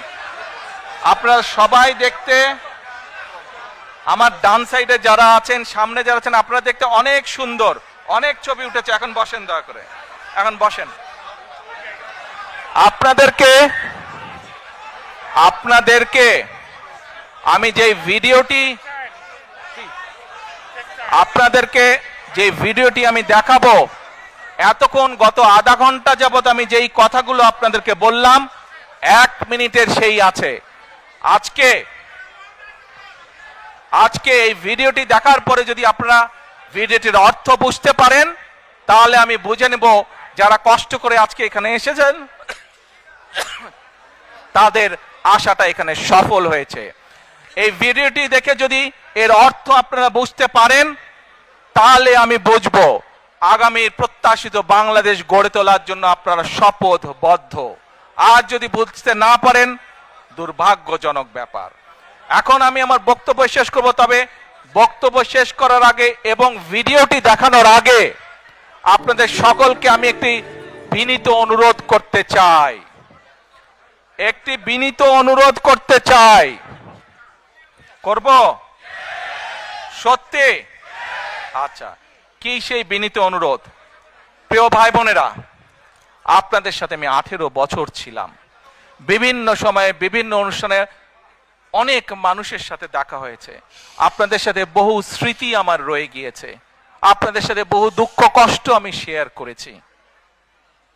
আপনারা বিভিন্ন সময়, আমার বক্তব্যের শুরুতেই বলেছি, যুক্তরাজ্য সহ বিভিন্ন দেশের প্রবাসী, বিশেষ করে যারা জাতীয়তাবাদী, বাংলাদেশি জাতীয়তাবাদের রাজনীতিতে বিশ্বাস করেন, আপনারা বহু মানুষ বিভিন্ন সময় আমার পরিবারের, দলের বিপদের সময় আমাকে মানসিকভাবে সাহস দিয়েছেন, সহযোগিতা করেছেন, সমর্থন জুগিয়েছেন। আজকে বিশেষ করে লন্ডনে যারা আছেন, বিশেষ করে তোমরা যারা ইয়াং আছো, ছবি তোলার জন্য পাগল হয়ে যাচ্ছ, প্রত্যেকের কাছে আমার একটি অনুরোধ, 25 তারিখে ইনশাআল্লাহ আপনাদের দয়া, আল্লাহর রহমতে আমি দেশে ফিরে যাব। কিন্তু এখানে উপস্থিত, এই ঘরে উপস্থিত প্রত্যেকটি মানুষের কাছে আমার অনুরোধ, দয়া করে কেউ আপনারা এয়ারপোর্টে সেদিন যাবেন না। দয়া করে কেউ আপনারা এয়ারপোর্টে যাবেন না আপনারা। কারণ এয়ারপোর্টে গেলে একটি হট্টগোল তৈরি হবে এবং মানুষ জানবে যে এরা সব বাংলাদেশি, এবং দেশের সুনাম নষ্ট হবে, দলের সুনাম নষ্ট হবে। যারা এয়ারপোর্টে যাবেন না, যারা সেদিন এয়ারপোর্টে যাবেন না, আমার আজকের এই অনুরোধ যারা রাখবেন, আমি ধরে নিব তারা দল এবং সর্বোপরি দেশের সম্মানের প্রতি মর্যাদা রাখবেন। আর আমার মানা করা সত্ত্বেও, আমার অনুরোধ করার পরেও যারা যাবেন, আমি ধরে নিতে বাধ্য হব যারা ব্যক্তিগত স্বার্থের জন্য সেখানে গিয়েছেন। কাজেই আপনাদের কাছে বিনীত অনুরোধ রেখে আমার বক্তব্য শেষ করছি। সেই 1.5 মিনিটের ভিডিওটির দেখার অনুরোধ করছি। প্রিয় ভাই বোনেরা, সকলের কাছে দোয়া চেয়ে যাচ্ছি, আপনারা দয়া করে দোয়া করবেন, দেশনেত্রী খালেদা জিয়ার জন্য দোয়া করবেন। আপনাদের সামনে যে পরিকল্পনা তুলে ধরেছি, আল্লাহ যাতে আমাকে তৌফিক দেন দেশ এবং দেশের মানুষের জন্য সেই কাজগুলো যাতে সম্পূর্ণ করতে পারি। আল্লাহ হাফেজ। বাংলাদেশ জিন্দাবাদ। বাংলাদেশ জাতীয়তাবাদী দল জিন্দাবাদ। আসসালামু আলাইকুম।